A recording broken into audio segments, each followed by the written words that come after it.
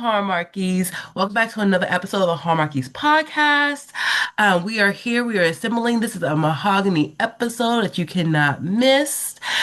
We are here. Let's start off with our fearless leader, Anne. How are you doing today? I'm doing good. Yeah, it's a good day. Glad to be back after Christmas and February talking about a new rom-com. Dory. She gives us all the feels out there. And also the fact that our favorite fur nephew, Zero, is the real MVP. How are you doing this morning, Dory? I'm good. We are recording this on Valentine's Day. No other way I'd rather be celebrating than with you girls talking about a new movie. Yes.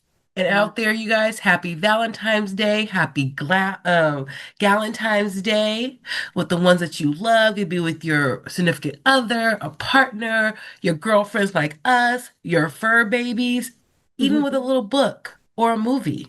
Can you hear me? Absolutely. Oh, And Bree is back. Bree, I how you was doing, just girl? talking happy Valentine's Day, everybody. Happy Black History Month. I'm so Yes, happy the girls that were back. I don't know what happened. Okay, I'm here. she's here, y'all. We celebrate Valentine's Day this month, Black History Month this month. It's 100 years, you guys. Get educated out there, you guys. It's been 100 years. 100. Yes, and then we have a lot of things happening. We have Mardi Gras happening. We have like Chinese New Year happening, Year of the Horse. A lot Hmm. of things are happening in Black History Month for like 28 days. But we are here. We are assembling to have a Valentine's Day movie. And before we get started, I know some of us has plans, some of us don't have plans, but if you guys were to pick out, like, I guess your favorite, like, what would be like your favorite Valentine date or day, either daytime or nighttime, perfect Valentine's Day?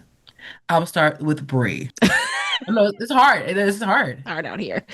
Um, Honestly, I don't know. I think, because here it's warm, so I wouldn't mind to do something like outside. Like, I don't know, maybe I want some fun. So maybe like a Six Flags day, like just me and my boo. Maybe like a nice dinner. I always want to go to dinner somewhere that has like the patio with the pretty fairy lights. So maybe Hmm. like dinner at night. Just like a fun day. I don't, because like it's cool that it's on a Saturday this year, you know? Yeah. So I would just want to be outside. And of course, flowers. I mean, I buy myself flowers all the time, but I would love some flowers. Aww. That's nice. And what will be your perfect Valentine's? We're not Valentine's people over here, but I'm personally not. Which is not hallmark of me at all. But I would like say maybe like a day trip. There's actually one I've been wanting to do. So I'd specifically say I've been wanting to go to. There's a small town here, actually, where they film some a Hallmark movie, some other movies. Called Dahlonega, Georgia. It's about like an hour and 40 minutes from Atlanta. So maybe taking like a day trip there with my husband, and like they have lots of like coffee shops and bakeries and restaurants there. So like maybe having like lunch at one of the like restaurants, then like walking around the town, and like having maybe like coffee or a pastry at like one of the like cafes that they have. And yeah, something like that sounds really nice. I feel like you're really lucky because Georgia has a few, like, wasn't Vampire Diaries filmed in Mm. like Covington, Georgia or And something? Covington, yeah, which is also another. I've been like a long time ago, but I have not been like since I've watched like all that stuff Wow, yeah. there. So Yeah. yeah, that would be cool to see that too, for So sure. this whole time, Anne could be living like a little mini Valentine, like short, She movie could. version of a Hallmark movie that you could be recording. Come to this town, and you're living a life that we all want right now to go to I this need town and have coffee for to, Valentine's Day. I need to go to both of those places so I can actually, yeah, be living the lives of all those things that are like Sweet Magnolias is filmed there, Stranger Things is filmed in Covington at least. Uh, Cute. there's lots of Awesome. So But I whenever you watch a remember the movie, rapper Killer Mike, he said in an interview one time, he was like, what the world forgets is like there's Atlanta and then there's the rest of Georgia. Georgia, we don't just go anywhere. So I get it. It might be a little nerve-wracking to venture out. I mean, I loved Savannah and I loved Atlanta, but I really wasn't going anywhere else. Yeah. At least by myself. Those two are so different. Like Atlanta Yeah. are like two totally different like vibes. But yeah. Yeah. So whenever you watch your guys' favorite TV shows or, movies, think of Anne. She might be in the She might background. be in the background at the coffee shop. I should like try to be an extra or something. Because Covington's only like 45 minutes away. It's not that Oh, far. nice. And Be the extra. Give girls us trip. tea. Now we know we're going to Atlanta. Exactly. Exactly. Dory will be your perfect Valentine's. I think because it's on a Saturday this year, I feel like why not make like a weekend out of it and do something like a quick weekend trip, maybe some cozy cabin vibes. I am in the middle of snow and cold here, so I am always thinking about how to make things cozy. So yeah, maybe something like that. Hopefully there is some chocolate involved, which is the way to my heart personally. So yeah. What about you, Jazzy? Um, it is a 3-day weekend. 4 if you count if you're going to Mardi Gras this weekend. Just saying. Um, I want to be cheesy. Like, yeah, I want to go out to be all dressed up. Like, that's like the rom-com thing. But I'm not gonna lie, I would love to have a moment where I want to make a heart-shaped pizza. I want to be that girl, like, we're gonna watch a movie. We're gonna, like, have a glass of wine, sit there and just, like, cuddle. If not, if you have a fur baby like Miko, he's gonna sit right next to me, depending you're gonna try to snatch my pizza or not. But the love that counts. But I would just love to have like that intimate moment, just creating things and just really just, stay in. But might want to go to the music park, and that's really a good thing. Or if you truly love me, Valentine's Day, make sure take me to Bath and Body Works. They just dropped a new collection off for the Disney collection, so Yes. I'm just saying. Ho, ho, ho. We'd like to take a second and thank our sponsor for this episode of the podcast. It's the Hallmarkies Patreon. Do you love Hallmarkies Podcast, especially at Christmas? Do you enjoy the holiday previews, recaps, interviews, and bonus episodes? If the answer is yes, please consider supporting the Hallmarkies Patreon. We need your help to do what we do both during the Christmas season and all year round. But not only do you help a podcast led by strong, independent women by becoming a Patreon, you get to become a part of the Hallmarkies family. Starting at only $2 a month as a patron, you will have access to our Facebook Patreon group where we talk about the movies, shows, and more all year. We also have many monthly patron watch-alongs with guests like Lacey Chabert, Natalie Hall, Paul Campbell, Mary Lou Henner, and more, giving their behind-the-scenes details of their films. As a patron, you also have the chance to provide input into the podcast and even join us at different tiers. So this Christmas season, spread some cheer to the Hallmarkies Patreon and become a member today. You won't regret it. Go to patreon.com/Hallmarkies to learn more. That's patreon.com/Hallmarkies. So let's get into this movie because we finally is going to be watching a Valentine's Day movie. It's not Hallmark, but you definitely can check it out on Amazon Prime. And the movie is called Relationship Goals. And let me give you guys a synopsis real quick. When TV producer Leah Cardwell aims to become the first woman running New York's top morning show, her ex Jared Roy competes for the same role. Leah stays focused on her career until chemistry with her ex challenge her priorities. And for this movie, it is starring Kelly Rowlands, Cliff Method Man Smith. Something about the name Smith always be sexy. You have El Cool J. His last name is Smith. Method Man is Smith. We gotta watch out for these Smith guys. They're fine. I'm just saying. Send a Smith my And way, also, who's grocery starring in the store. movie is gonna be Robin. Sorry to pronounce your last name. Is Theta, and you probably seen her in the Black Woman sketch on HBO. She's super funny and talented. Director's gonna be Leah Mendoza. Writers is gonna be Pastor Michael Todd, Michael Elliott, and Corey Tryon. And let's get into it, ladies. For our first question is, what do you think of the movie? I'm gonna start with Dory. I thought I knew nothing. I'm gonna start by saying I knew nothing going into this movie. Um, when I watched it, like nothing.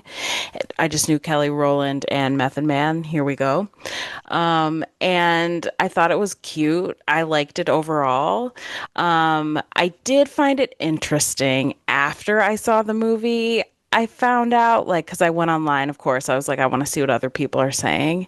And I found out that it was based on, like, the book in the movie is real. Like, that's a real book. And I did not know that. And looking back on the movie, knowing that, I was kind of like, huh, this feels like a commercial or like an infomercial for this book. And that made me feel a little weird about it. But watching it originally, like the experience of watching it the first time, I was like, yeah, this is cute. Bree, what are your thoughts? Can you hear me? Yep. Okay. I liked it, so I didn't know it was based off of a real book until we all logged in Until about 30 seconds ago. Sorry to bust that bubble. I was late to the party. um, I I liked it. I mean, looking at a lot of the reviews and stuff online, people are talking about it lacks depth and it's not anything that we haven't seen before. But I mean, I don't know. Maybe this is something we can discuss later, but I feel like getting into the romantic comedy world, like, I don't know.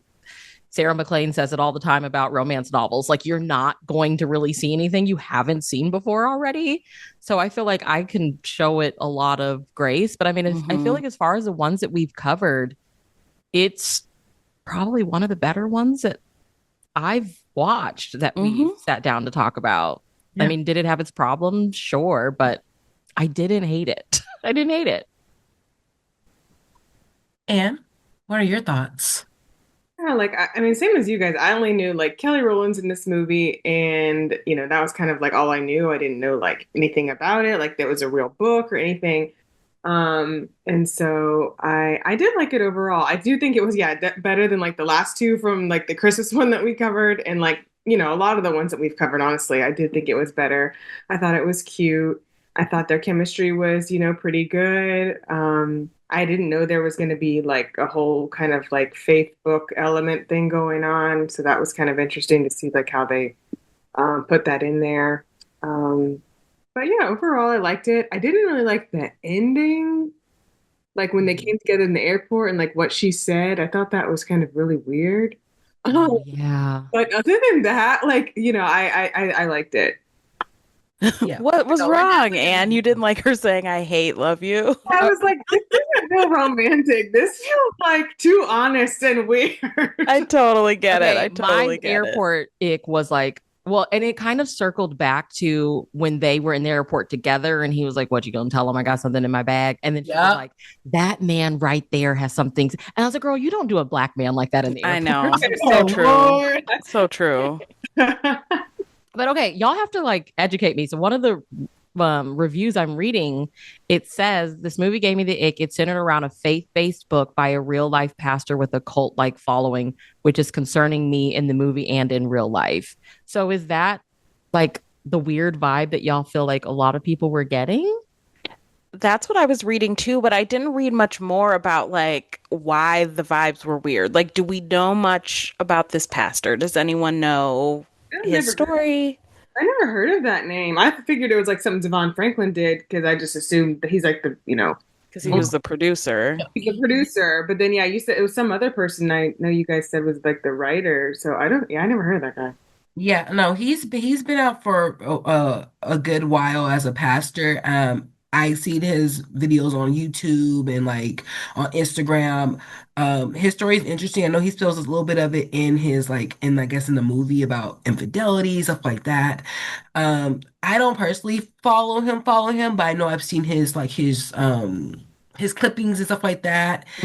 He does have a mega church. I can tell you that much. Okay. I follow Jerry in Texas, but that's me. But yes, he does. This book came out. It'll be 6 years in April. This book has came out, and basically is has 9 chapters in this book. It talks about how to win in dating, marriage, and the S word, sex. But I don't know, I'm being censored. It's the S word.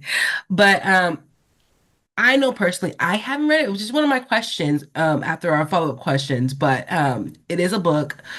Um, I know there's study guides to this, and I know his wife is on like the Dirty Day cover of it as well. Um, Basically, I feel like this is like the which probably one of many books out there. This is like the faith version of Steve Harvey's book. You Yeah. know, Okay. if you How think of it, to act like a man. yeah, Yeah. Think yeah, like a man. yeah. Mhm. If you think of it in that sense. So basically, this is like the faith version of it. Okay. Yeah, Okay. maybe they like when they looked it up, then they like got weird about it or something. But yeah, I don't know anything about that guy. Yeah, there has been like mixed reviews on that pastor. I know I can't judge until I get all the evidence, but I've heard different things about it, like different things like behind the scenes. But other than that, I just know like he did originally wrote this book back in 2020. Finally, it turned into a movie, but it was clever how they did it because even in the trailer, not once had they mentioned it was about faith or anything until you got into the movie. Mm-hmm. And you have that one little snippet, kind of like, it did feel like it was advertised a little bit like, this is our church, stuff like that, but also faith-based to promote his book for real, to get like a new surge. But I wouldn't have thought until after going through the movie that, oh, wow, this was based off of his book. Yeah, I had no idea. I had no idea that it was a real book. It did while I was watching the movie, not knowing that it was a book, I was like, wow.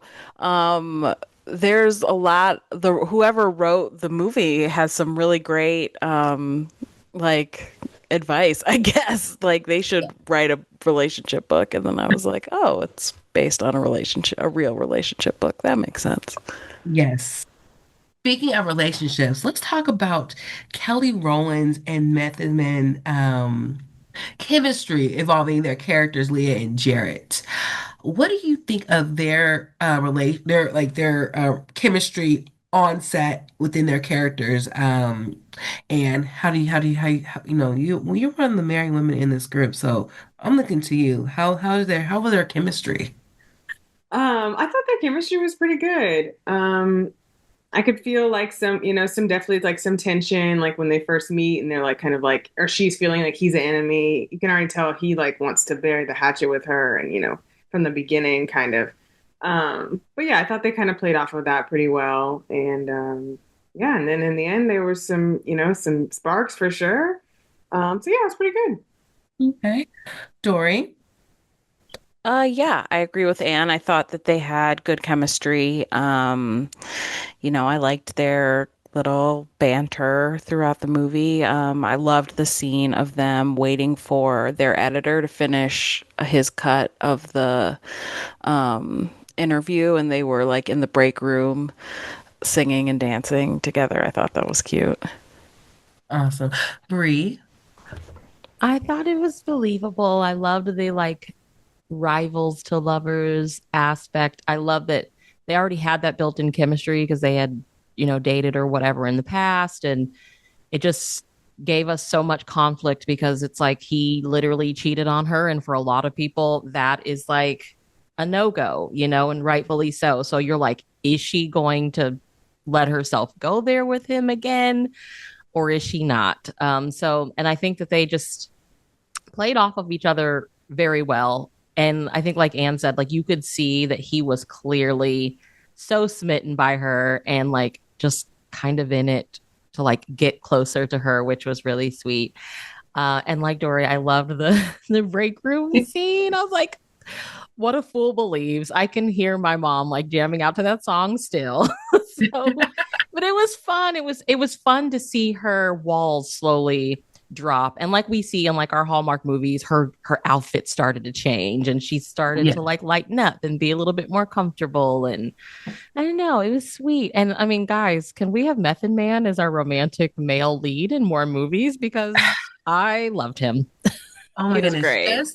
Very good. Just the first, like when he was introduced, you guys, Oh, yeah, the slow-mo. The The slow mo. slow-mo walking through. I sat here like, yes, sign up for more rom-coms, please. It was the confidence for me. It was the energy for me. Yeah. It was the soundtrack that ushered him in. And it's very nice to see, this like well-known artist, like rapper, being in like a soft role. Like, he says it. He's like, I'm a confident black man. Like I it's love that. yeah, loved it.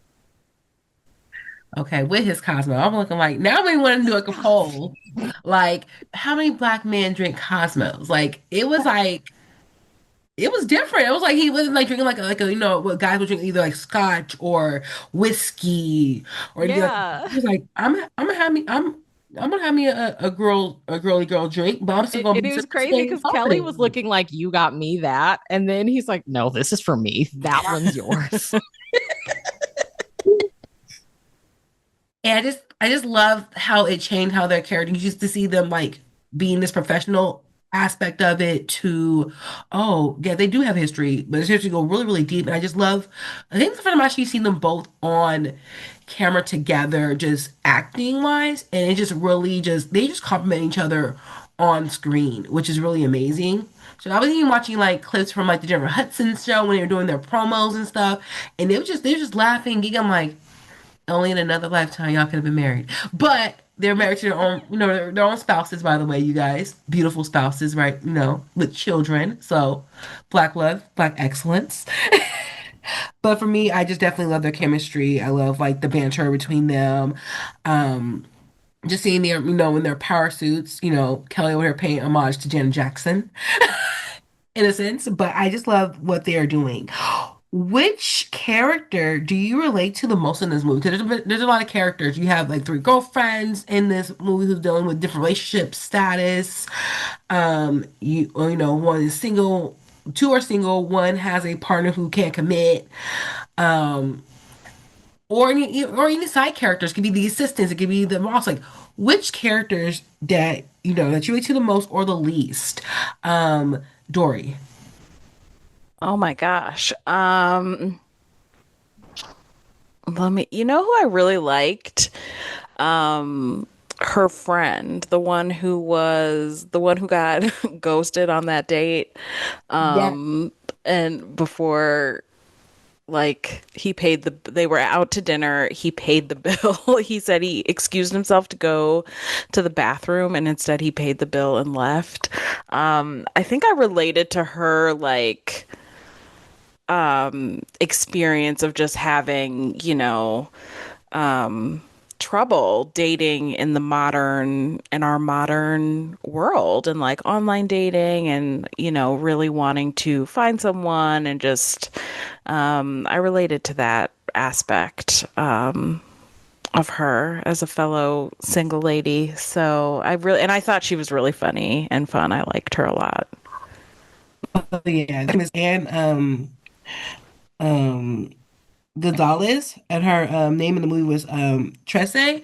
Dude, every time she kept talking, she sounded just like Adrian Bylone Holton. Every time I was like, is Adrian here?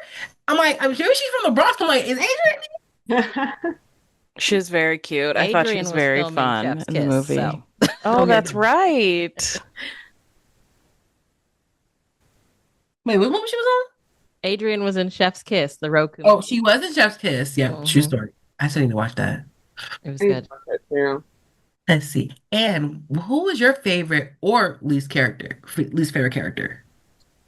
She wasn't my least favorite. I just related to her the least. It Yeah. was Brenda. Um, Uh-huh. I just related to her the least because I'm like super traditional. So like my husband, we didn't live together till after we were married. So I just kind of felt like I was the least relatable. I just couldn't relate to her like as much just because, yeah, I mean, just because of her situation, which I mean, everybody can do whatever is best for them, you know? Hmm. But like just for the predicament she was in, I just couldn't imagine being in that predicament just because, yeah, I didn't live with him until after I was married to him, which was just a personal thing we decided together. But I mean, I felt really bad for her, and I'm glad that everything worked out for her because I was like, that's like a really like hard situation when you've been with somebody for so long and you feel like, when are they gonna, show some commitment to me because I'm ready, but it's taking them forever.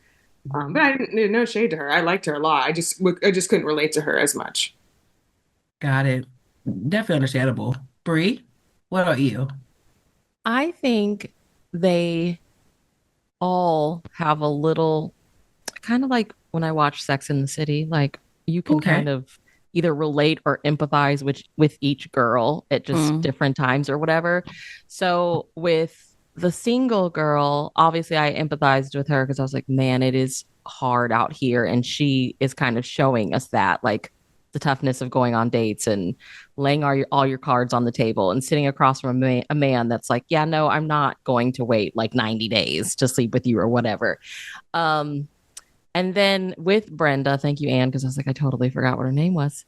Um, Man, like my heart went out to her because I feel like she kind of represents so many women that are like, I have put so much time and energy into this relationship and it's not, we're just like stagnant and we're comfortable and like you're not pulling the trigger on like taking it to the next step, you know? And even me as like somebody that was married or has been married, like, even when you're married like that, sometimes it can feel like that. Like, is this it? Like, we're just comfortable living this way, So I didn't necessarily like relate to her necessarily, but I feel like I empathized with her a lot.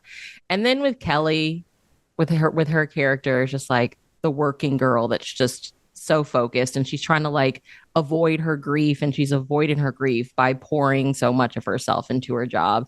I don't know. I just felt like I may not relate with all of them, but they did a really good job of making them all three women that I think you can empathize with a lot. And I loved their club scene, and they're like the only ones in there. At 9 p.m. Right. And Sierra comes on and it's goodies, and they just like have a ball. And then they're like, are y'all ready to go? I'm tired. Yeah. It's like, this is perfect. Let's go home. This is why we call for clubs in our age to be from 5 to 9, so that way we can go home in a timely manner. Oh. Please. We The can't lady hang that with worked these at the club was dogs. like, girls, it's 9 o'clock. And they're like, girl, get out of our face. We know what time it is. We got to work in the morning. We sure do. We're working girls. Like we gotta do this in like, during happy hour. Give us the happy hour club scene. We can go home. Yeah. No, I definitely agree with Dory. A little bit with Kelly as well. Like my character in this single world. I never been, you know, stood up from like, got ghosted at a date per se. Well, he did take 2 hours to show up. Y'all know that. Y'all know that story. You told us you should have left at after 30 minutes. Girl, me too. After 15. After 15. I agree with Dory, 15.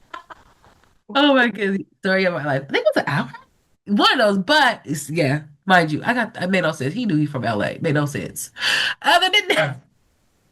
But no, I definitely agree. I've just it's hard out there as singles because you don't know, like everyone's intentions are different. Like people just want to smash, they just want to be a temporary, person, or you could be my mistress on the side, I'm married. Like no, like we all have goals and we all have like, what we want for relationships. And I think for Teresa's character, she kind of like highlight that of like what it is to go through the singleness of it all, how to change it. But also at the same time, Kelly um touching on different issues with relationships, but she also has a lot of other things that's piled on top of her relationship as well. Besides, the cheating with Jared, but also there's other elements that are adding on to that, that's affecting her relationships as well, either with her father or anybody else. But for me, in a dating scenario of it all, yeah, these women portray their characters really well on screen. In definitely on screen. Let's sidetrack into these three sub questions for question number 4 about the book slash movie. Yes, this movie is based off a book, which we all found out after we were watching it. Because, like I said, in the trailer, it was never hinted that this was based on a book, and didn't say this is based off of a book by such and such. No, it was camouflaged underneath it. Oh, you're trying to copy my writing style. Anyways, Question one. It's a really good question. I was like listening during their segment. If you guys remember their segment about relationship goals, stuff like that. So I took some questions that were that both Jared and Leah was fighting about in the booth, and even when Brenda was asking these questions to Michael, to Michael Todd and his wife Natalie, the first question will be is, do you have slash had a list of the perfect guy? And this segue to me being Leah remind me that she probably was watching Nobody's Fool with Tiffany Haddish, and I'm sitting here like, no, she didn't watch that movie, made a whole list. That's just me. That's in one of the reviews I read in IMDb. Like they just copied this movie off of. They said I love Nobody's that. Fool, Baggage Claim, and the Steve Harvey one. Yes. Bree, so did you ever have a list for the perfect guy? Did you ever have one, or you still have one? Never, and I probably need to make a list. And this is why we have this girl chat during the recast, because this is us. This is our couch moment. We're having these conversations. Clearly, I make terrible decisions, so I probably need to make a list and stick to it. So no, I've never made a list. I don't want anybody that's shorter than me, preferably. I'm 5'2", so I guess height. When I do get bored and I get on like Facebook dating, that's the first thing that I update. It's like, please be taller than like 5'10". Hey, those are good heights still. Those are good heights. Yeah. Dory, have you had a list of the perfect guy? Tell the truth, Dory. This is the part Rachel's going to use for the clip. 100%.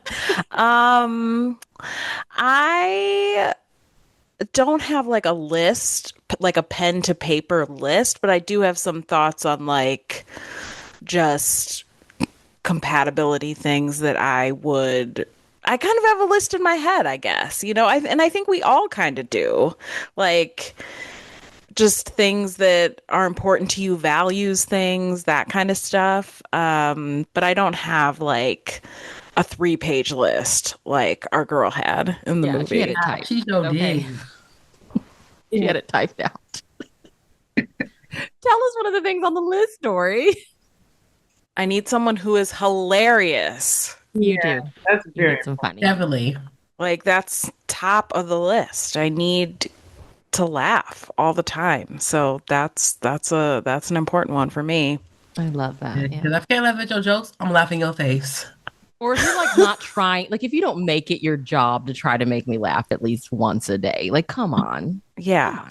Then if you can't do that, what are we doing here? Yeah. Like life is hard. I need a clown in my corner, Send me some funny reels in my DM or something. Like, come on. Totally. And since you are married, did you ever have a list before you married your king? No, I did. Or well, yeah, and like that Dory said, I didn't have like a pen to paper list. I think I had like ideas in my head, like a few things, like, I want him to be, handsome, and yeah, definitely taller than me for sure. And to be like a really kind person and someone who loves Jesus, and like I think those were like the things that back then, like I was thinking, which now, of course, I would add like several things onto that if I was, I just learned a lot now. So I would, add more things to that as a person who's just, been through life. But yeah, I think at that time, like that's kind of the main things I was like thinking about. So. Okay. As for me, Yes, I our think Hallmark heroine. Hallmark heroine who I think I did a little bit of both. Writing a little bit like I want him tall, I want him this or that. You have the collage of like all the Disney princes. Like I want his personality with this look, when this. And then I think what changed my perspective on the list of what I want versus what I need happened 2 years ago. Don't cry while you're sick. This is not okay. But it was a great Don't make us cry on here. Don't make us cry. Give us the cliff notes. But I would say this. I think it was 2 years ago. It was been 2 years already? Yeah, 2 years ago it changed in May 7th, 2024. That I think that season, that moment changed my projection of what I wanted in the list for a potential guy, a potential partner for me. And it was definitely a good guy moment. It was a good, he wanted to give me, like, I'm gonna give you a taste of what I want to give you, but I don't need you to have that list. This is what you really need, but what you want. Like all the little, fun, like, send me some reels about that and kind of have me remember this. And I'm like, dang, I had that for a good season, just a taste of it. I'm like, okay, I'll toss the list aside. Like it was beautiful. Where we are now, we're going in our season right now. That's all I could say. Hopeless romantic, you never know. In the words of, Veteran Hunter, maybe you come back to me in our hearts to believe we were meant to be. Yeah, I think that's a really good point, Jazzy, because I think a lot of times what you want and what you need don't necessarily line up. And I also think that sometimes you don't know what you want until Yeah. you experience No, what you don't either, want. yeah, exactly, either what you don't want or you experience like, oh, I hadn't even thought of this, but yeah, I need this in a relationship. So it's kind of tricky. Yeah, like literally, I didn't know the guy was fine until like 4 months later. But first, like, oh, he cute. I was like, oh, like, what he is? I thought about like, oh, because I was like not blinded by like the physical aspect of it. It was more of like it was the first time I think ever I saw the spirit man of him, and just the eyes of the beholder. Like that first look of like the first time you look like first love, like oh. You fall in love for the first time with just locking eyes. And I sat here like, it wasn't like love, it was just like, it was something about him. It was just different. It was just so like, everything else, the outside show didn't matter. What he didn't matter. It was just like, I saw him spiritually for who he was or what he was growing to be. And I was like, that was beautiful. And I'm like, okay, I definitely don't need a list anymore. Yeah, I want my preferences. Like, God, my preferences. But he's like, okay, I see your preferences though, but I'm gonna give you something better. I'm gonna give you a taste of what is for to come. I'm like, okay. Hey, this is David from the Piecing It Together podcast, a podcast about movies and the movies that inspire them. For over 4 years, each week, a guest and I take a look at a new movie through the lens of what other movies we think were either an influence or connect in some other way. It's a fun, unique way to discuss films that leads to a great list of other movies to check out that either explore the same themes and ideas or maybe utilize similar filmmaking techniques. Including special episodes in our side series that twist the format, we've done over 200 episodes, so there's bound to be one on a film you've been thinking about and want to dig deeper into. So check us out on all the major podcasting apps and at piecingpod.com. The segue to our next side question is, what is holding you back in terms of a relationship? Like from our character perspective, we see it in the film, they were dealing with grief, cheating, singleness, not getting the ring. Have any point in your ladies' lives have anything held you back, Dory? Um, I feel like,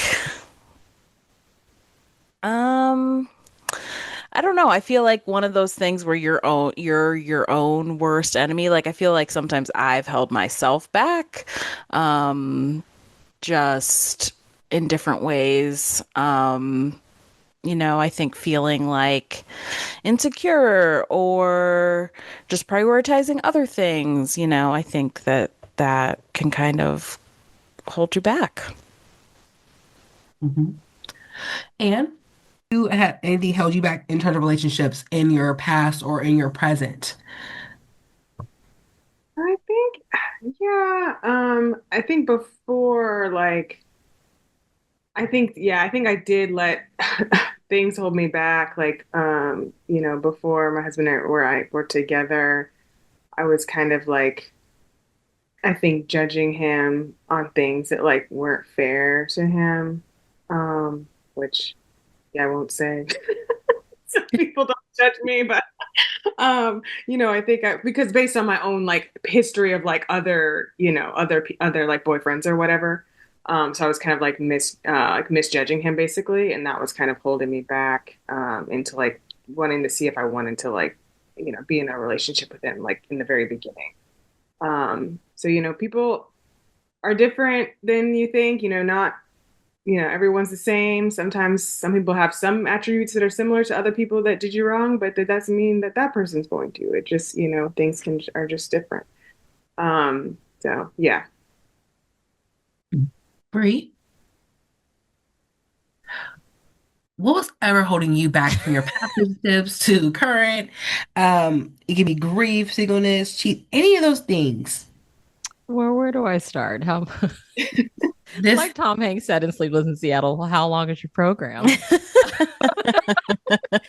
I think one of my biggest, I've let some good guys go, and it's usually because, or I've let them like slide through the cracks, and it's usually because I am crazy about somebody that in the end was just so wrong for me. And I'm kind of sort of going through that now. Like I reconnected with an old love, like somebody I met before my husband, like 2012. And I mean, we're long distance. He's in Louisiana. I'm here. So a good like 6 hour drive or whatever. We've just literally spent like a year just talking on the phone. And I am grateful. Like he came back into my life at a time where I just needed somebody to like talk to on the phone. But the more dramatic it gets and things like that, like I talk to my best friend about this all the time. I'm like, I was so fine. Like I was fine. What was I doing? Why did I send that text or whatever? Like life was fine. I had gotten into a routine and I was good. And then she's like, I think you just got bored. And so, it's just like here, just recognizing the pattern of like all throughout my 20s and before I met my husband or whatever, like there were good guys, but my heart was usually set on somebody and trying to make things work. And then years later, you're like, man, if I would have just like been strong enough to cut ties and actually pursue this, like that person would have been it for me. Like one of the best pieces of advice one of my girlfriends gave me way back in like 2007 or 8, she was like, never waste your time on anybody that's not crazy about you. And I'm like, the ones that are the ones that I let slide through the cracks.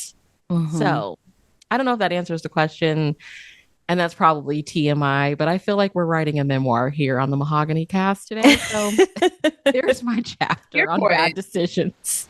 You know what? This could be our new title for us. It'd be called The Relationship Goals, Mahogany has POV. Like this, we're giving you our perspectives and how we can grow as women.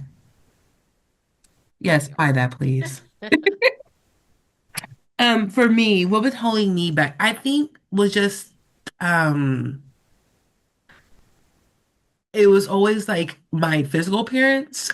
Even though I am beautiful for who I am, I've always compared myself to what the standard what people will look at because I was always the chubby friend in the group. So if we were going out or seeing, like, I guess, with my friends who were more skinnier than I was, but they always caught the guy's eye, but I was always pushed aside or not looked at. So that kind of hindered me a little bit when it came to dating and relationships. And I was like, do I lose all the weight in order for me to be attractive? Will I still be happy? And that kind of hurt me because like who can? Because I know everybody has a different type, like preferences, and that's okay. Like, everybody has preferences. Like people want someone tall, someone want a short king. Like everyone has different preferences. And like, for me, it's like, even people who are my size or bigger, like they're pulling people like, hey, I know I got confidence too, but sometimes it's a little shaky. I think I want to grow like better in my confidence, like I am. I can own myself, where I can give people that advice of be who you are, be confident, but I feel like I forget about myself. Like you are that confident person too. I feel like I'm holding myself back because I feel like I'm not saying I'm not ready, but it's more of like, can I be confident enough for someone to accept me for all of me? Can I be confident to accept me for all of me? And will that person be able to accept me and not like look at society says or what the European standard says, and see me as a prize, sees me as well. She is relationship goal. She is beautiful without me trying to, I guess, dictate. I've been watching Bridgerton, so I've been like in the society status situation. So it's like you're trying to like listen to status quo of like a society. Like I need someone who's thin or who's thick, who has the BBL. Like no, I'm just me.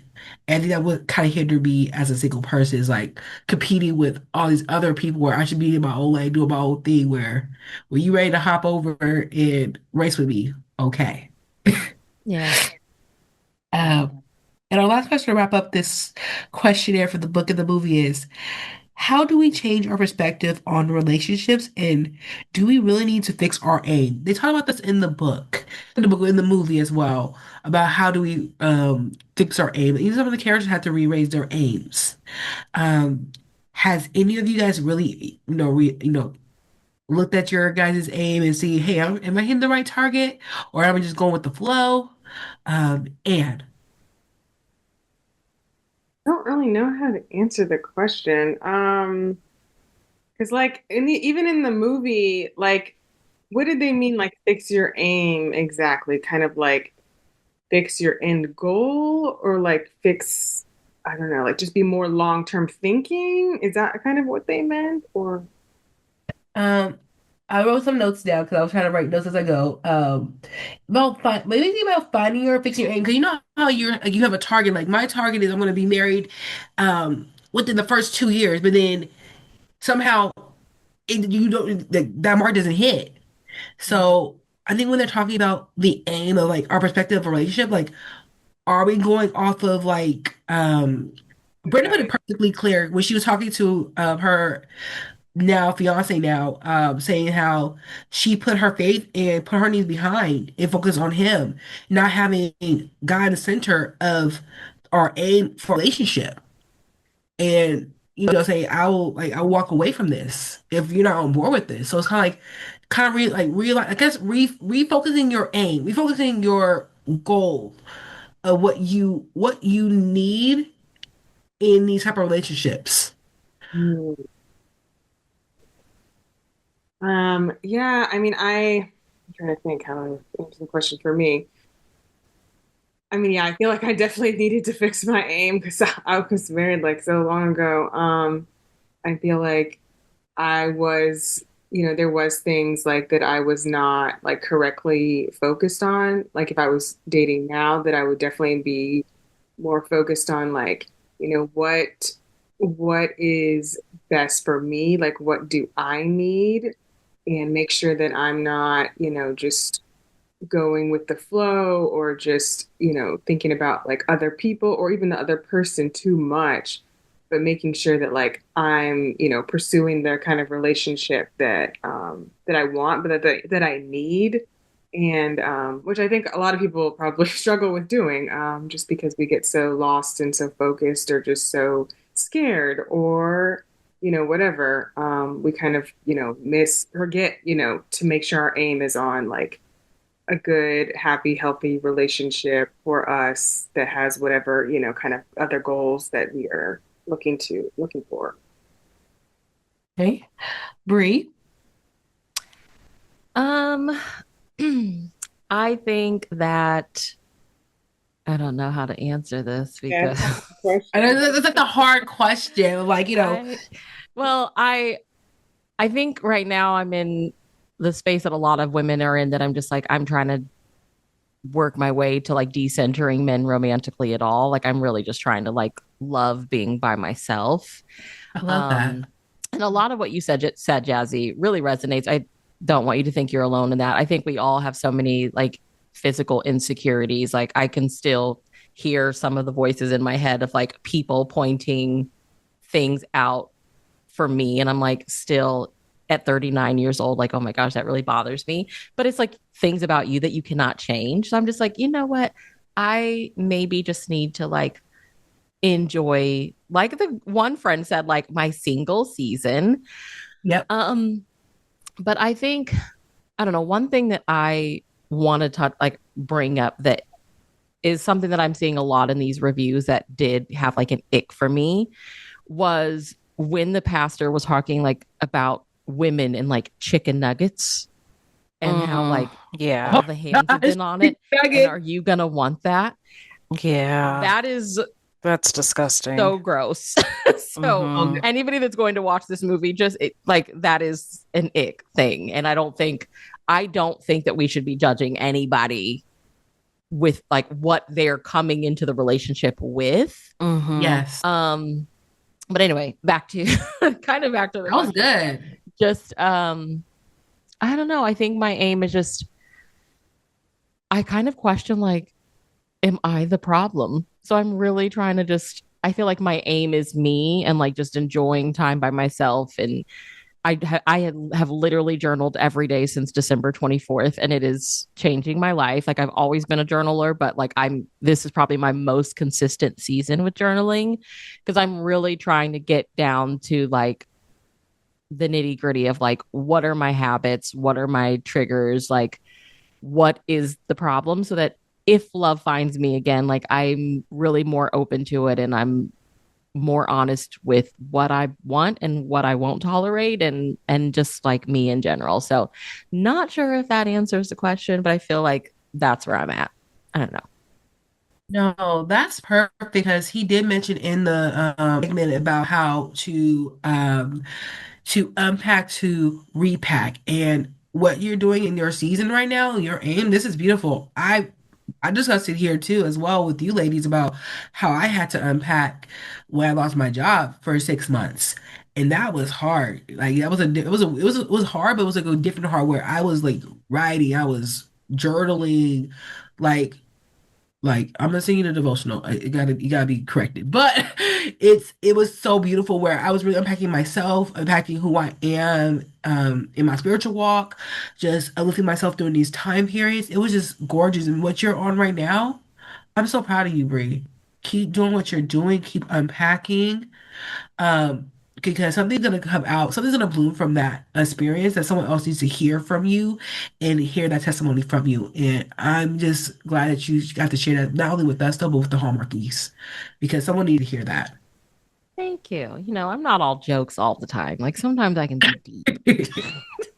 Read deep. Dory, uh, give us your answer about your perspective on relationships and how you need to fix your aim. Fix your aim. I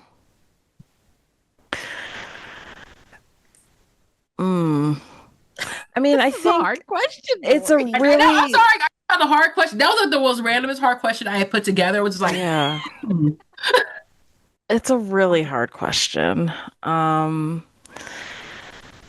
think that,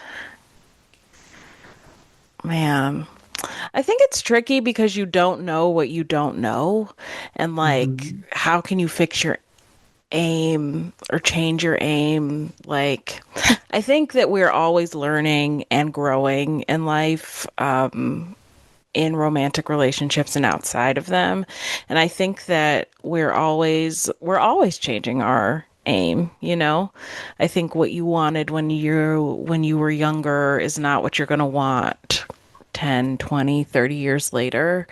And I think that, understanding that, and I think you also change in relationships. Like, two people who started together don't change and, grow, and can grow together, grow apart.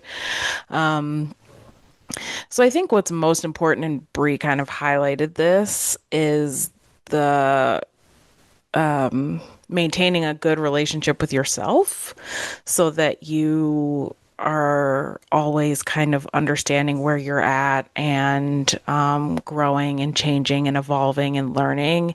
And I think that as you work on yourself and change within yourself, you can then figure out kind of what you like, what you don't like, what you want, what you don't want, what's good for you, what's not good for you, what's worked in the past, what hasn't worked in the past. So I think a lot of relationship advice is actually just life advice about, how you, I think a lot of relationship advice is about comes down to the relationship with yourself, if that makes sense. I totally agree. no, you said beautifully. Like, it takes us time to understand like our perspective and what we see in relationships. What we saw when we were in elementary school is different when we saw ourselves and in middle school, high school, our 20s, our 30s. Those things change, those things blend with each other. And sometimes we have to really sit down like this is what I always thought at this, depending on the influence that we had in our lives, it could be with Disney movies, it could be with our romance movies, it could be with our Hallmark movies. It could be people that we see in our everyday lives who've been married for like 20, 30, close to 50 years. Like I want that love. I want that type of, perspective for relationships. And we have to really sit with ourselves and say, okay, they were for them, but what about our aim? And also, it also helps us understand, or for us to grow not only relationship within ourselves, within depending on if you are a Christian, depending on your belief system, um, and also your relationship within your friends group, your family groups, and see, hey, let me do some digging myself where I can be not only be in a relationship with myself, but also be in a better relationship with others that I can connect and have great aim with as well. Because I can sit here and aim the great person that I am, but if I got some baggage that hasn't been dealt with or any type of grief, because you're gonna see some of my baggage. So I'm still working on it as I go in the different relationships, though. But you're gonna see I'm making progress because my bag got lighter along the way. You're just seeing like the rest of it that I have like a remnants of it. Like, hey, I built through this, but I'm still here and I'm still working on myself daily. And I feel like checking in on ourselves with our aim or with our protective relationship is really should be a great healthy thing. Not saying like check on it every 10 years, like, hey, check it on once a year, like, hey, how am I in my ownership with myself, with others, you know? And I think that's, just unpacking to repack. And I think we have to unpack a lot of things that we need to work on. I think that what the character, I feel like Leah was having a hard time. I feel like even though her character was dealing with loss of her like relationship with Jared, of course, with the cheating, but also she was dealing with stuff with her losing her mother to cancer. Which, by the way, I was not convinced at the gravesite how she was crying, but that's just me.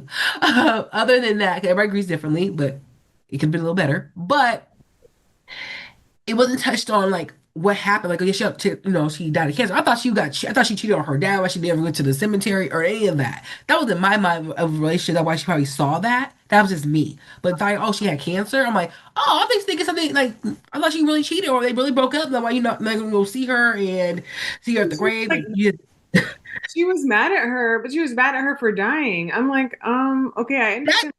You're having a lot of emotions, but like, yeah, I thought like she did something horrible because she was mad, so mad. Yeah. That was like I was like, oh, this is not where I thought that was going. Her that was the only backstory issue could I have had with been, that part of the they movie. could have But rewritten that because that doesn't make a lot of sense for the character that we meet. Like, very work driven and all of that. Like, I don't know. They could have. I don't know. I get tired of like the parent that passed away. When obviously parents pass away, but like, Mhm. I don't know if you want to give us this like workaholic that's trying to climb her way to the top. And oh, this one guy from however many years ago cheated on her. Like, sure, she wasn't even thinking about him until his name's mentioned. Like, if you want her to be angry at her mom, like, yeah, have mom still be alive, maybe. And maybe she did cheat on her dad. And maybe that's why she's like, I'm just going to focus on my career. I don't trust people, like, but my job will never let me down or something. I don't know. Like, come on, writers. that part. Let's do a little bit better with that. Yeah, 'cause I'm thinking maybe his mom was like, like maybe she died, maybe she met the affair partner, do like something in that nature for that healing part for her to understand why cheating was, heartbroken because the only person she ever mentioned about cheating was Jared. Nobody else cheated or ex-wife, it was just Jared. Yeah. And if the parent had infidelity, it cheated, then I could understand why she's mad either at the dad or the mom. And that would have been a nice plot twist because you always the dad cheating, but let the mom cheat, on a blue moon. That's why we have Reddits. I've been on those. We'd like to take a second and thank our sponsor for this episode of the podcast. It's the Hallmarkies merch store. Are you looking for that perfect gift for the postable, hardy, or Hallmarky in your life?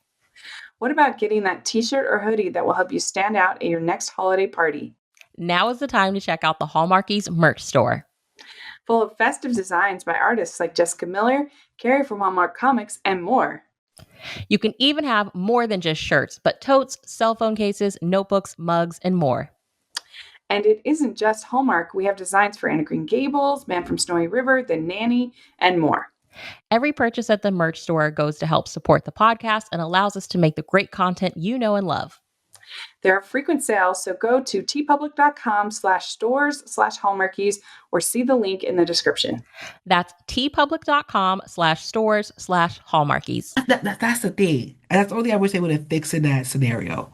But let's get to some fun stuff because we've been so much in the deep conversations that I know our listeners need to hear. But let's get into some fun stuff that we need to talk about, such as what is your favorite quotes from this movie that resonate with you? I love when they were at the airport and it's like a tornado coming. And she's like, well, we got to get out of here. He's like, well, I told the weather that, but it's not listening or whatever. That was funny. Yes.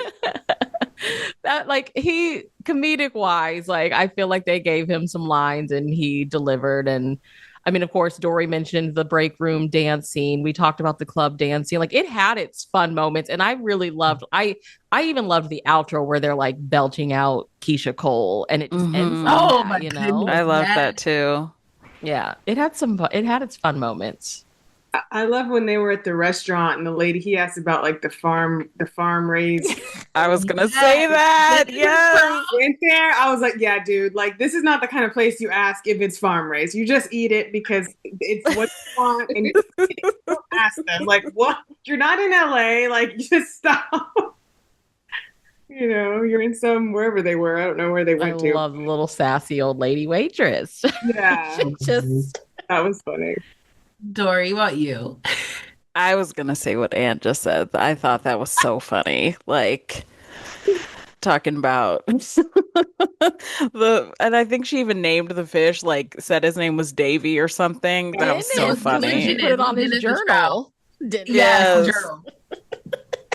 That was hilarious. We have to give our flowers to Leah's assistant. He was hilarious. He was so good. Oh my gosh. So, I literally wrote down his title. He said he was the assistant in a circle of the secret and gossip.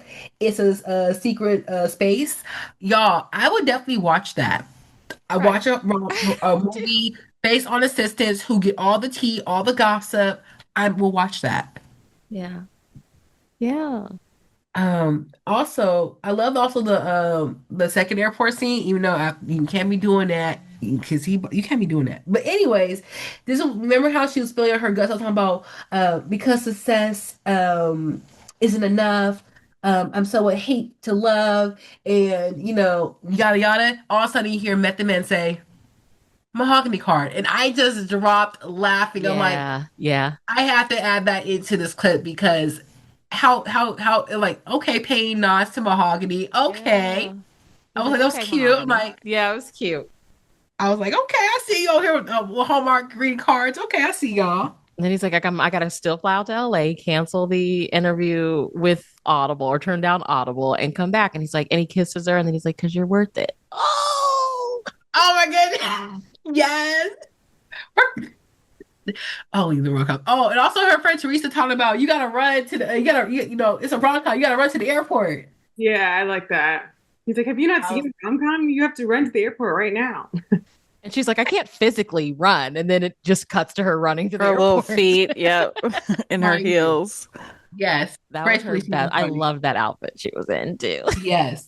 Speaking of outfits, let's talk about the fashion in the soundtrack of this movie, you guys.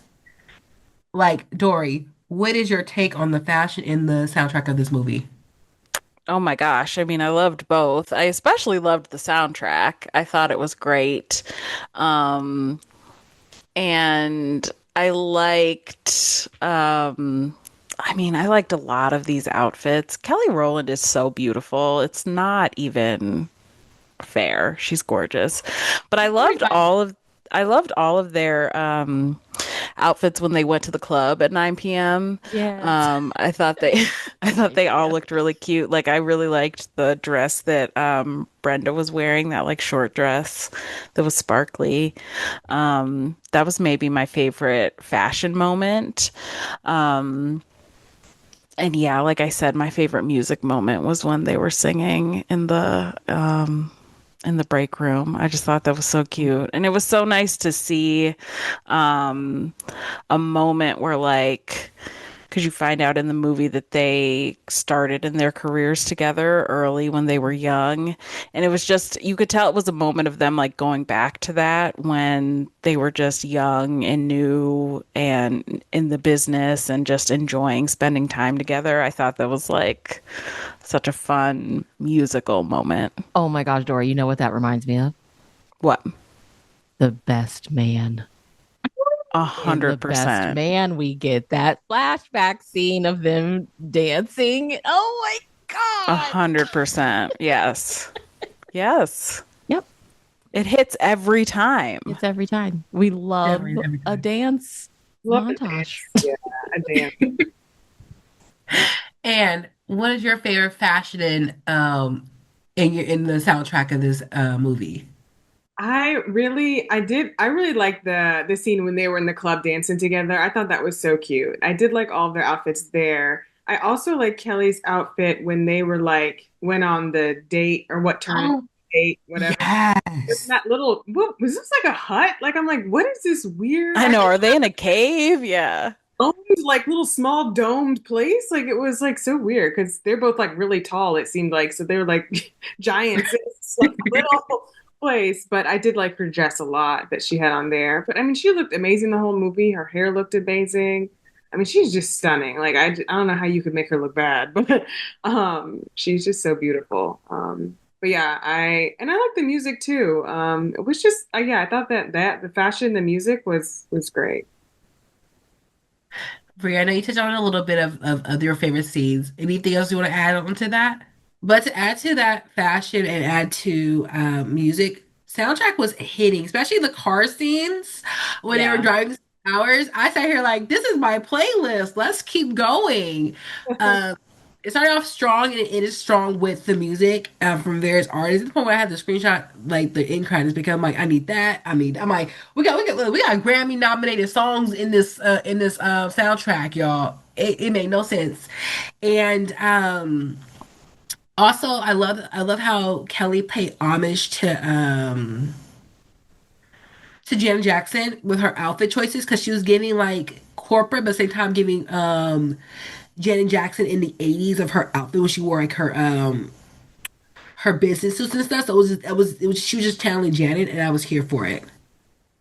You know, Yeah. pleasure principle style in a way. So it was really gorgeous. And last but not least, this is a rom-com. I know rom-coms because let me tell y'all something. When I was watching on the feeds when everything was coming out, CNN posted that I guess this movie is the movie that's going to surge black rom-coms. I just sat here in the comments saying, "You mean a new renaissance?" Because we always have black rom-coms. Mm-hmm. But yeah, I saw that. I was like, "Oh no! Like no, this is just a a renaissance, just like how Disney had a renaissance in the '90s with their movies. This is just a black renaissance of of rom-coms. And mind you, we're gonna go watch one in April in the theaters. But for this, there's a lot of Easter eggs in this movie that we have. I'm not sure if you guys saw or caught any movie scenes or people or cliches in this rom-com that I caught. Like for instance, like how the dad was at the YMCA talking to Leah. So I sat here looking like you would bring whatchamacallit from One Exhale. No, that's a good man, Savannah. That's a good man. But did you guys notice the actual the YMCA? Which movie did that remind you of? Because she was definitely at the Super Bowl not dancing, Miss Honey Daniels. Oh, just Yes, you had a couple of honey in there. I'm like, what is honey? What is the scene of honey doing up in here? Okay. But That's no, funny. There's a lot of Easter eggs, like just regular like rom-com. Like we had Nobody's Fool was mentioned in here. A little bit with exhale moments. Like you had these different like rom-com nods in here, which was really just fun and just paying homage to them. Like I love this. And can we not? I know we're supposed to be good on this podcast, though, but imagine them looking good the next day after dinner. I mean, she would agree with you. She was like, "Please put on some clothes. I cannot have a Wait. conversation with you right now." So we already saw his shot on the men's health page, so we already knew what was happening before then. Yeah, he looked glorious. Yes, but with clothes, without clothes. Clothes without clothes. Clothes without clothes. Remember, they're married, but clothes without clothes. But did you guys catch any other Easter eggs that you saw that like, oh, haha? Like any others that you might have peeped out a little bit?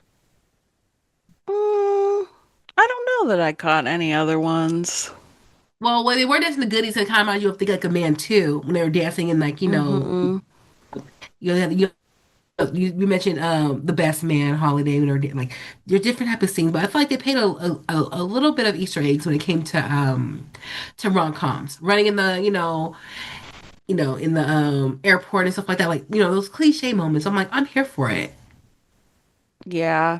I mean, I guess one trope that I really like in all romances, one that always works for me is a good like romance, like a workplace competition romance, like two people going after the same promotion. That hits for me every time.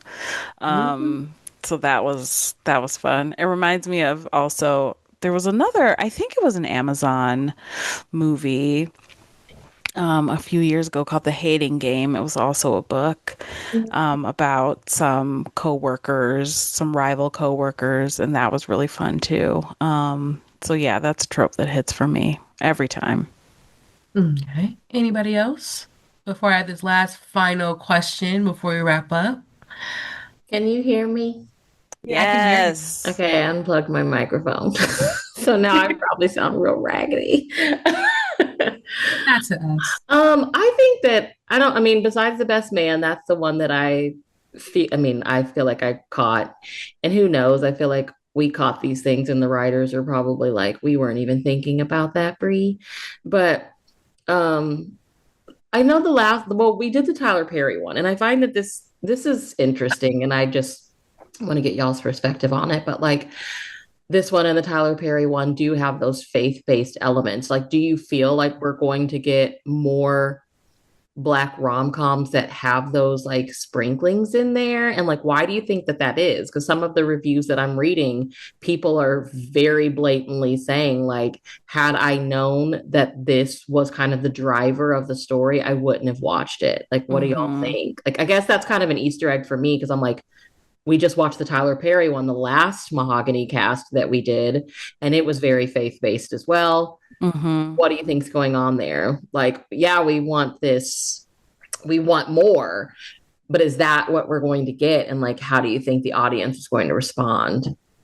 Good question. I think for me, especially watching the trailer, I did not know like how everyone found out before we filmed like this was based off a book.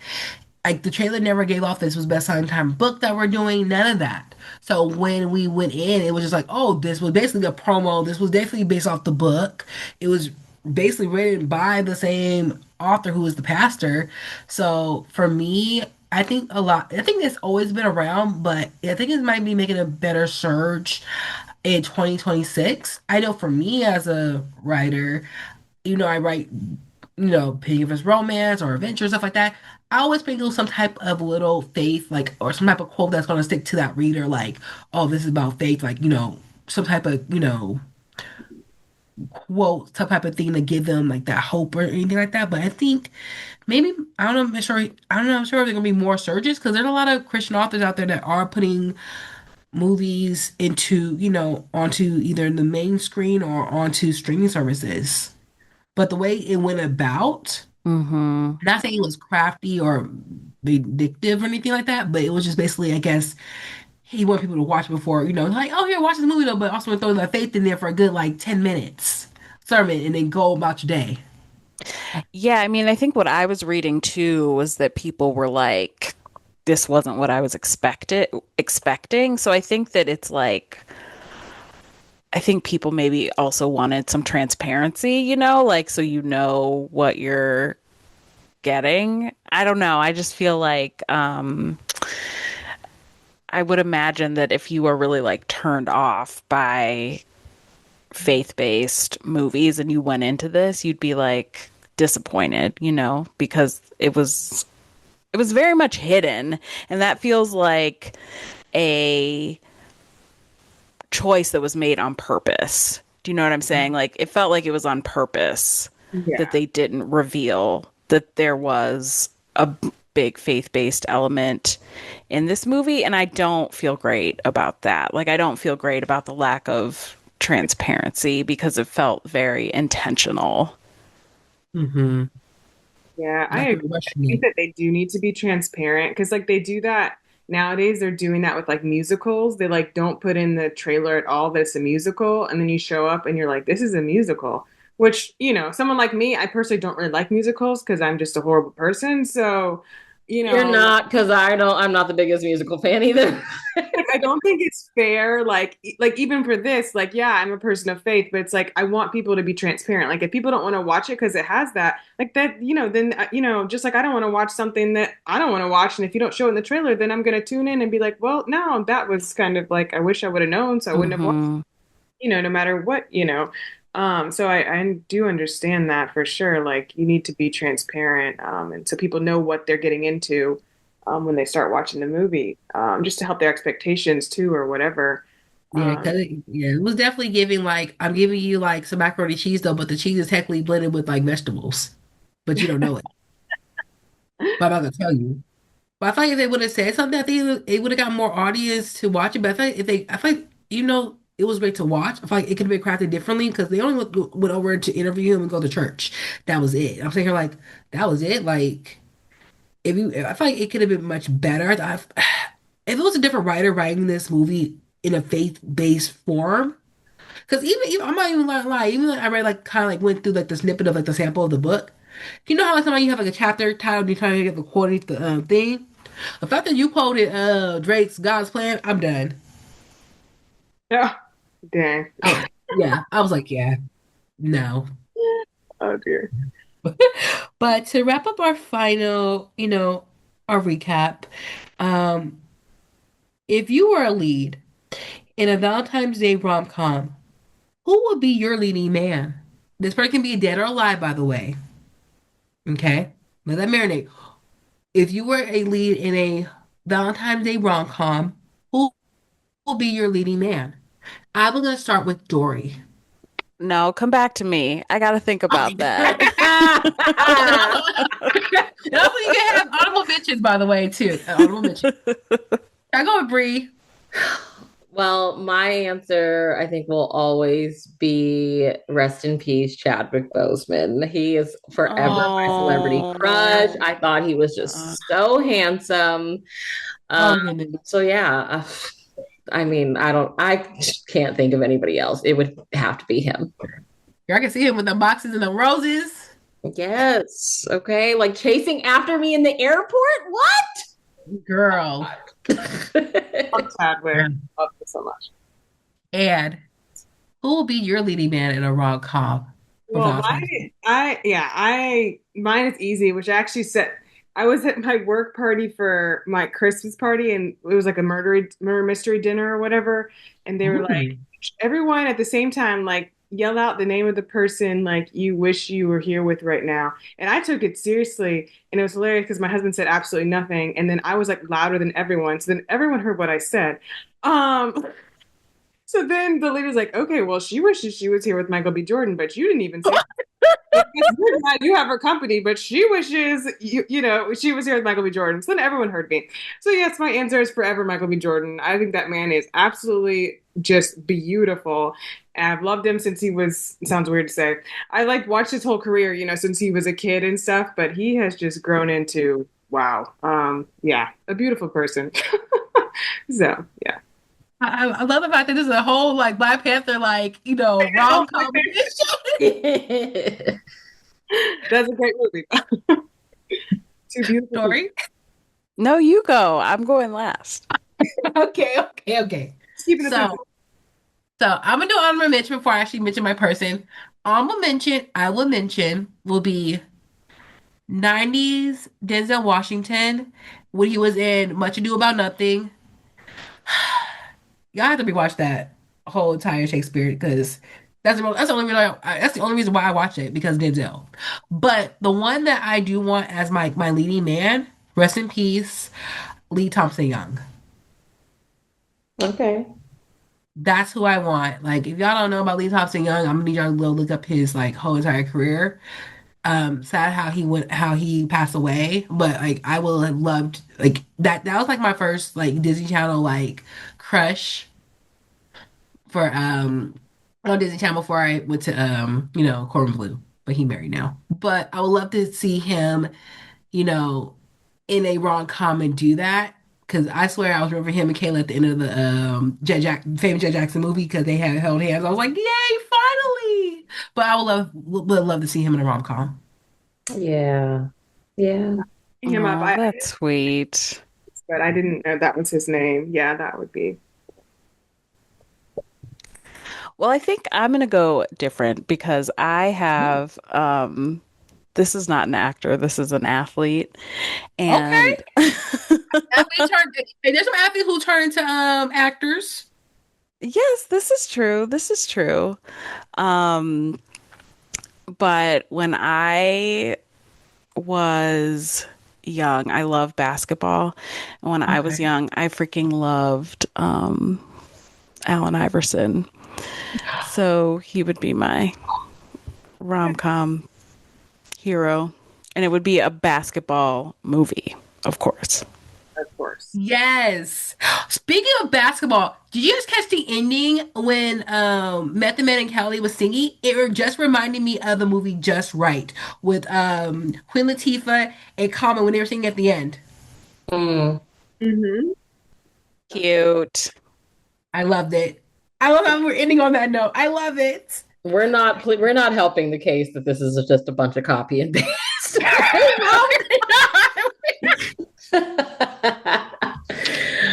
I don't know. I think regardless, like I think it's worth a watch. I mean, Yeah. it gave us a lot to talk about. And I think that's the whole point of romantic comedies. Like you want to be able to talk about relationships and life and love with your girlfriends after. So I feel like it did its job. Yeah. The support was there with each other, just them, yeah, we knew you liked him the whole time. Like, the competition, the bonding moments, the karaoke, moments in the cars, ending with love on the gnome, like with the high notes too. And like I said, check out, both Kelly and Method Man's like, acting credits because they did appear in a lot of movies in their career. So definitely, I definitely would love to see another rom-com with both of them in it with different writers, Maybe Will Packer, he does a lot of like rom-com movies. He's having one coming out in April, which we're all gonna go see, which we're going to support because we're excited about that. And just see where everything goes. Where can everyone find everybody, basically? And where can they find you? You can find me Twitter and Instagram at awscott21. Bree, where can they find you? I'm at Bree.unabashedly on Instagram. Dory with all the feels, where can they find you? You can find me at All the Feels Pod on Twitter. Ooh. And that's for me and your favorite nephew, which he's quiet, by the way. You can find us on Twitter and on Instagram at Stream16, SHREEM16. And if you guys are listening anywhere, which I don't know the script by heart because Anne knows the script by heart, but you can find us where you guys listen to it. It could be on Apple, YouTube, every podcast galore, you're going to find the Hallmarkies podcast. Leave your review. If you found another Valentine's Day movie that you guys want us to review, drop it in the comments below. Send us a DM like, hey, you guys should watch this. But our next one for sure we're going to be watching will be the one in April that's coming into theaters with, with Haley Bailey. I'm really excited about that one. Are you ladies excited about that one too? I am very excited about that one. For sure. Just learned about it, but yes. It Y'all, we be texting and I be at work. You in Tuscany. That's the name. Okay. Oh, okay. Never mind. Yes. Okay. Yeah. Yes. Yeah, we all agree we're gonna watch it. Look, take your daughter with you. Maybe she'll find a new crush. Yeah. But no, we're excited about that. We're definitely gonna go watch it in the theaters. We're definitely gonna do a recap on that. So we can't wait for April. But if there's other movies you want us to review in March or anything like that, let us know because a lot of things are happening and where Hallmark galore happens. So, until next time, we'll see you guys soon. Thanks for joining us for another episode with the Mahogany Cast. Bye. Bye, everyone. Bye. Bye, everyone. And I forgot to mention at the beginning that Rachel also did a review of relationship goals. So you can also find that on the Hallmarkies Podcast YouTube and see what she thought about it. And yeah, bye, everybody. Bye.